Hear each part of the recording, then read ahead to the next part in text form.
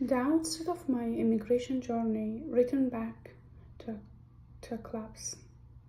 The collapse of Afghan government in 2021. And this is the story from homeland to horizons. In early August 2021, I have been told to pack my whole world, my present, my future, and whatever I have ever owned in my whole life in a very small backpack. What do you think? How much I could take with myself? Could I take my parents, my siblings, my friends, and my new growing library in the corner of my father's house? I could take none of them except my own dreams.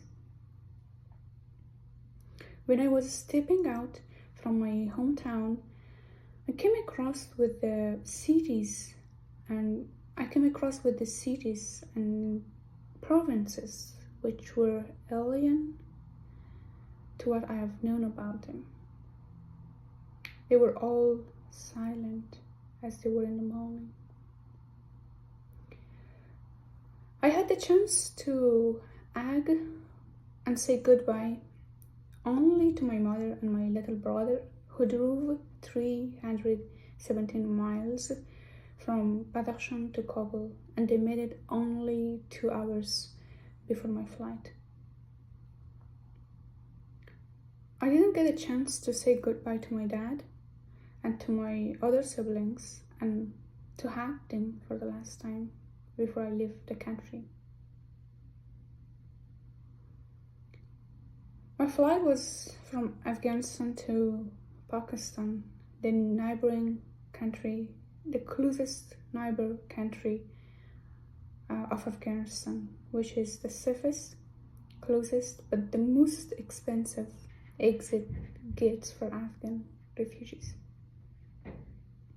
I was supposed to stay only 1 week in Pakistan, but my stay lengthened to 6 weeks.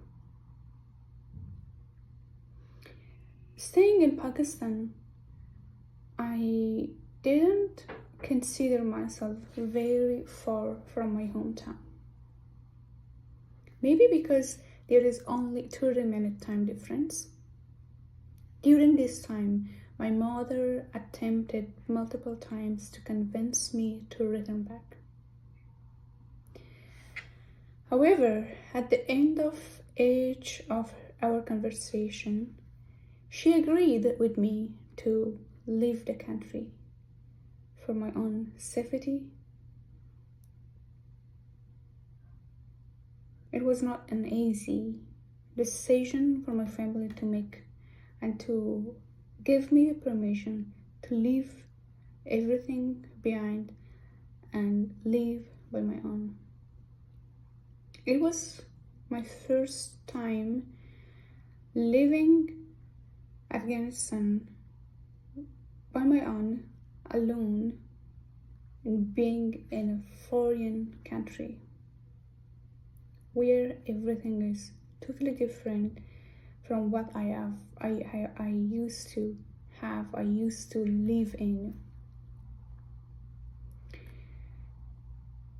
The 6 weeks stay in Pakistan led me to a new era, a new phase of this immigration journey, and that was living in a military base in Doha, Qatar. Doha, the potential host of 1,000 Afghan refugees in 2021, even right now, is and was sunny and hot all these times that I have been there. To make myself busy with something which gave me a good feeling, I started to teach English classes for women and for the kids. I find it the peace of mind in making myself very busy during my stay in a military base.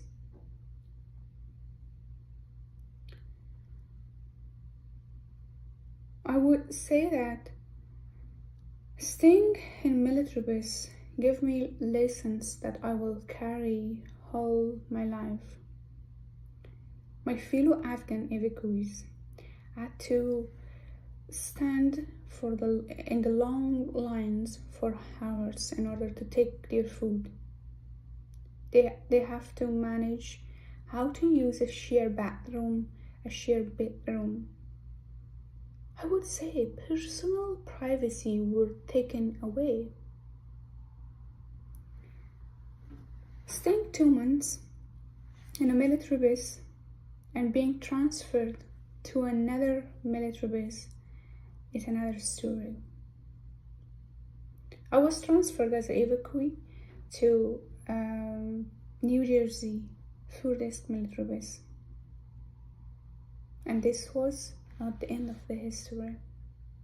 Coming to United States, staying in another military base, I recognized that the United States government was not ready and prepared for the evacuation. Thousands of Afghans were begging to have a normal life. There was lack of drinking water, lack of food, lack of clothes. Even though they were trying their best to help as much as they can, but since they were not prepared for this huge evacuation, there was a lot of shortcomings.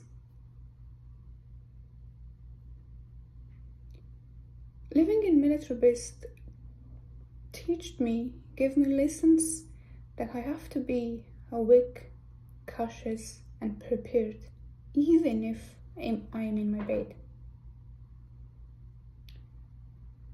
I have been resettled in Houston, Texas, after staying 2 months in United States military base in New Jersey. And then all over, I become a refugee. Someone who is seeking only safety, and someone who is looking to have a normal life as the ordinary people around the world have.